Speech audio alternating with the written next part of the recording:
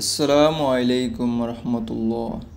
ইমানদার নারীর সতীত্ব রক্ষার বিস্ময়কর ঘটনা। আশা করছি সম্পূর্ণ ভিডিওটি অত্যন্ত ভালো লাগবে আপনাদের। 40 বছর পূর্বে বাগদাদে এক কসাই ছিল। ফজরের আগে সে দোকানে চলে যেত। সে ছাগল মেষ জবে করে অন্ধকার থাকতেই বাড়ি ফিরে যেত। একদা ছাগল জবে করে বাড়ি ফিরছিল, তখন রাতের আধার কাটেনি। সেদিন অনেক রক্ত লেগেছিল তার জামা কাপড়ে। প্রতিমধ্যে সে এক গলির ভিতর থেকে একটা কাতর গুঙ্গানি শুনতে পেল। সে গুঙ্গানিটি লক্ষ্য করে দ্রুত এগিয়ে গেল। হঠাৎ সে একটা দেহের সাথে ধাক্কা খেয়ে পড়ে গেল। একজন আহত লোক পড়ে আছে মাটিতে, জখম গুরুতর। বাঁচতে হলে দ্রুত চিকিৎসার প্রয়োজন। তখন দরদর করে রক্ত বেরোচ্ছে। তাকে ছুরিকাঘাত করা হয়েছে। ছুরিটা তখনও দেহে গেঁথে আছে। দ্রুত সে ছুরিটা জটকা টানে বের করে ফেলল।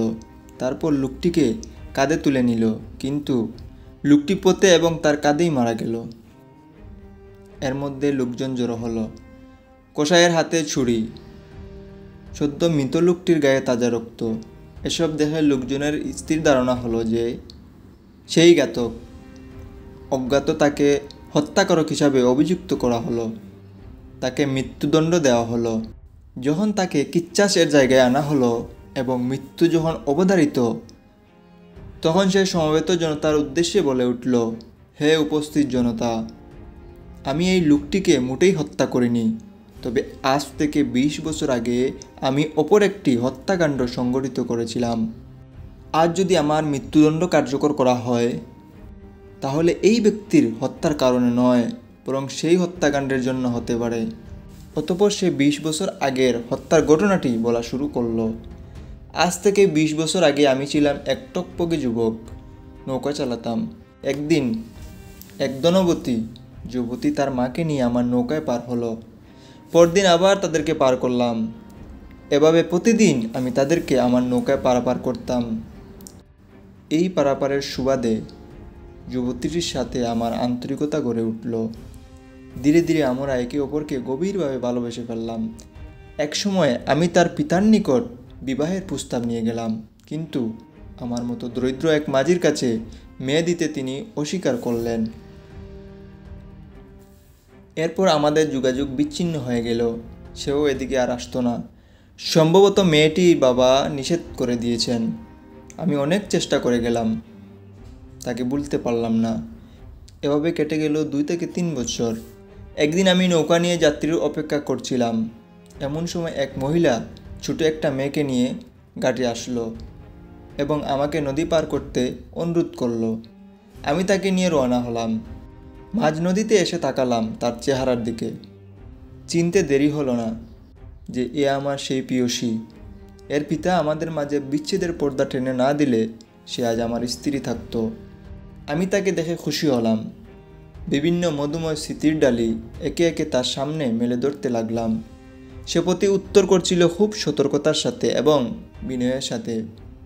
পরীক্ষণে সে জানালো সে বিবাহিত এবং সঙ্গে শিশুটি তারই সন্তান। আমার মন বড় অস্থির হয়ে গেল। আমি নিজেকে নিয়ন্ত্রণ করতে পারলাম না। একটা অশুভ ইচ্ছা আমাকে তাড়া করলো।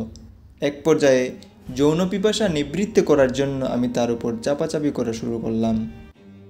সে আমাকে মিনতি করে বলল, আল্লাহকে ভয় করো, আমার সর্বনাশ করো না। আমি মানলাম না, আমি ফিরলাম না। তখন অসহায় নারীটি শরীরের সমস্ত শক্তি দিয়ে আমাকে প্রতিরোধের চেষ্টা করতে লাগলো। তার শিশুকন্যাটি চিৎকার করতে লাগলো। আমি তখন তার শিশুকন্যাটিকে শক্ত হাতে ধরে বললাম, তুমি আমার আহ্বানে সাড়া না দিলে তোমার সন্তানকে আমি পানিতে ডুবিয়ে মারব। তখন সে কেঁদে উঠল, হাত জোর করে মিনতি জানাতে লাগলো। কিন্তু আমি এমনই অমানুষ পরিণত হলাম যে নারীর অশ্রু ও কান্না কিছুই আমার প্রবৃত্তিকে চরিতার্থ করার চেয়ে মূল্যবান মনে হলো না।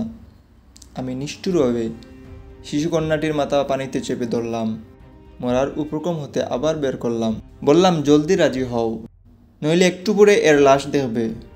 কিন্তু সন্তানের মায়া এবং সতীত্বের ভালোবাসায় বিলাপ করে কাঁদতে লাগলো, যা আমার কাছে ছিল অর্থহীন, মূল্যহীন। আমি আবার মেয়েটিকে পানিতে চেপে ধরলাম। শিশুটি হাত পা নাড়ছিল।